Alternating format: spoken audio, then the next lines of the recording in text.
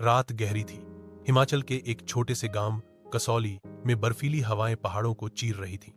गांव के किनारे एक पुराना टूटा फूटा घर था जहां 28 साल का अर्जुन रहता था। अर्जुन का जीवन आसान नहीं था। बचपन में माता पिता का देहांत, कर्ज में डूबा परिवार और गांव वालों की बेरुखी ने उसे अंदर से तोड़ दिया था।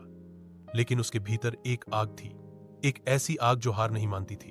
अर्जुन एक साधारण मजदूर था जो दिन में पत्थर तोड़ता और रात में अपनी छोटी बहन रिया के लिए सपने बुनता। रिया, जो केवल 16 साल की थी, स्कूल में अव्वल थी। उसकी आंखों में भविष्य की चमक थी और अर्जुन का एकमात्र मकसद था उसकी पढ़ाई पूरी करवाना। लेकिन गांव में एक साये की तरह मंडराता था खतरा जमीन माफिया। गांव की सबसे उपजाऊ जमीन पर उनकी नजर थी और अर्जुन का छोटा सा खेत उनके निशाने पर था। एक रात जब अर्जुन और रिया घर में बैठे थे, दरवाजे पर तेज दस्तक हुई। बाहर खड़ा था रमेश ठाकुर, गांव का सबसे खूंखार माफिया। उसकी आंखों में लालच और क्रूरता थी। अर्जुन, अपनी जमीन मेरे नाम कर दे वरना अच्छा नहीं होगा, उसने धमकाया। अर्जुन ने सीधे मना कर दिया, ये जमीन मेरे बाप दादा की है, इसे कोई नहीं छीन सकता। रमेश ने ठाका लगाया और चला गया, लेकिन उसकी धमकी हवा में गूंज रही थी। अगले दिन सुबह अर्जुन को पता चला कि रिया स्कूल नहीं पहुंची। उसका दिल धक से रह गया। उसने गांव में हर जगह खोजा, लेकिन रिया का कोई अता पता नहीं था।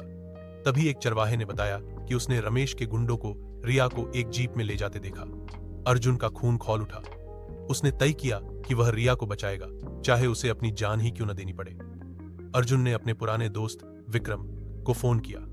विक्रम एक रिटायर्ड फौजी था जो अब शहर में रहता था। उसने अर्जुन को बताया कि रमेश का गढ़ एक पुराने किले में है जो जंगल के बीच छिपा है।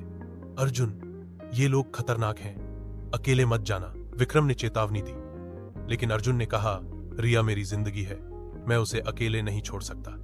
अर्जुन ने एक पुराना चाकू और कुछ जरूरी सामान लिया और जंगल की ओर निकल पड़ा। रास्ता कठिन था। घने जंगल, ठंडी हवाएं और जंगली जानवरों की आवाजें उसे डराने की कोशिश कर रही थीं। लेकिन अर्जुन का इरादा पक्का था। रास्ते में उसे एक पुराना बाबा मिला जिसने कहा, बेटा, हिम्मत और सच्चाई ही तेरा हथियार है, लेकिन सावधान, किला एक भूल भुलैया है, वहां हर कदम पर खतरा है। रात होने तक अर्जुन किले के पास पहुंच गया। किला अंधेरे में डरावना लग रहा था। उसने देखा कि रमेश के गुंडे बाहर पहरा दे रहे थे।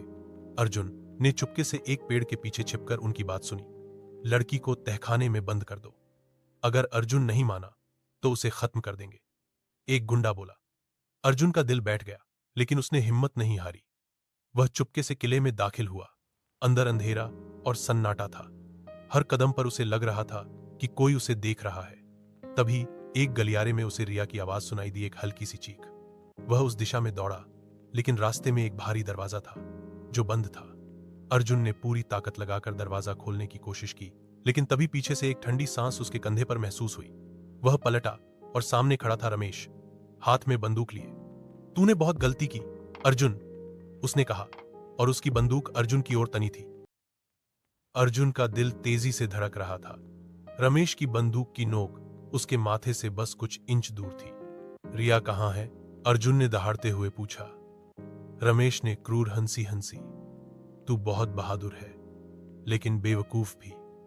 रिया अब मेरे कब्जे में है। जमीन के कागजात दे दे, वरना उसे जिंदा नहीं देखेगा। अर्जुन ने अपने दिमाग को तेजी से दौड़ाया। उसने देखा कि रमेश के पीछे 2 गुंडे और आ रहे थे। उसे एक मौका चाहिए था। तभी उसकी नजर पास पड़े एक पुराने लोहे के सरिये पर पड़ी। उसने रमेश से बात जारी रखी, ठीक है, मैं कागजात दे दूंगा, लेकिन पहले मुझे रिया से मिलने दे। रमेश ने हंसते हुए कहा, तू समझता है मैं इतना मूर्ख हूं? अर्जुन ने तेजी से सरिया उठाया और रमेश के हाथ पर दे मारा। बंदूक छिटककर दूर जा गिरी। अर्जुन ने मौके का फायदा उठाया और गलियारे में भागा। गुंडे उसके पीछे दौड़े। किला एक भूल भुलैया था, हर गलियारा एक जैसा लगता था। अर्जुन को बाबा की बात याद आई, सच्चाई तेरा हथियार है। उसने ठान लिया कि वह हार नहीं मानेगा। तभी उसे तहखाने का रास्ता मिला। वह नीचे उतरा, जहां अंधेरा और सर्दी उसे घेर रही थी। वहां एक कोने में रिया को रस्सियों से बंधा देखा। उसकी आंखों में डर था, लेकिन अर्जुन को देखते ही वह चिल्लाई, भैया। अर्जुन ने रिया को आजाद किया। लेकिन तभी गुंडों ने उन्हें घेर लिया। रमेश भी वहां पहुंच गया। इस बार उसके हाथ में एक और हथियार था। अब खेल खत्म, अर्जुन, उसने कहा। लेकिन अर्जुन ने हार नहीं मानी। उसने रिया को अपने पीछे किया और गुंडों से भिड़ गया। उसकी ताकत और हिम्मत देखकर गुंडे भी हक्के बक्के रह गए। एक एक कर उसने तीनों को धूल चटा दी। लेकिन रमेश अब भी खड़ा था। उसकी आंखों में गुस्सा और डर दोनों थे। तभी बाहर से सायरन की आवाज आई। विक्रम ने पुलिस को बुला लिया था। रमेश ने भागने की कोशिश की, लेकिन अर्जुन ने उसे दबोच लिया। तूने मेरी बहन को छुआ, अब तुझे कोई नहीं बसेव सकता, अर्जुन ने कहा। पुलिस ने रमेश और उसके गुंडों को गिरफ्तार कर लिया। रिया अर्जुन से लिपटकर रोने लगी। भैया, मुझे पता था तुम आओगे, उसने कहा। गांव वापस लौटने पर अर्जुन को हीरो की तरह स्वागत किया गया। उसकी बहादुरी की कहानी हर जुबान पर थी। उसने न केवल रिया को बचाया, बल्कि गांव की जमीन को भी माफिया के चंगुल से छुड़ाया।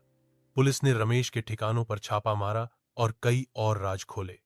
अर्जुन की हिम्मत ने गांव वालों को भी प्रेरित किया और उन्होंने मिलकर एक समिति बनाई ताकि भविष्य में कोई और माफिया उनके गांव पर नजर न डाले। लेकिन कहानी यहीं खत्म नहीं हुई। एक रात जब अर्जुन और रिया अपने घर में सो रहे थे, अर्जुन को एक गुमनाम पत्र मिला। उसमें लिखा था, तूने रमेश को पकड़ा, लेकिन असली मास्टरमाइंड अभी बाहर है, सावधान रहना, अर्जुन। पत्र के नीचे एक अजीब निशान था, एक काला सांप। अर्जुन की आंखें सिकुड़ गईं।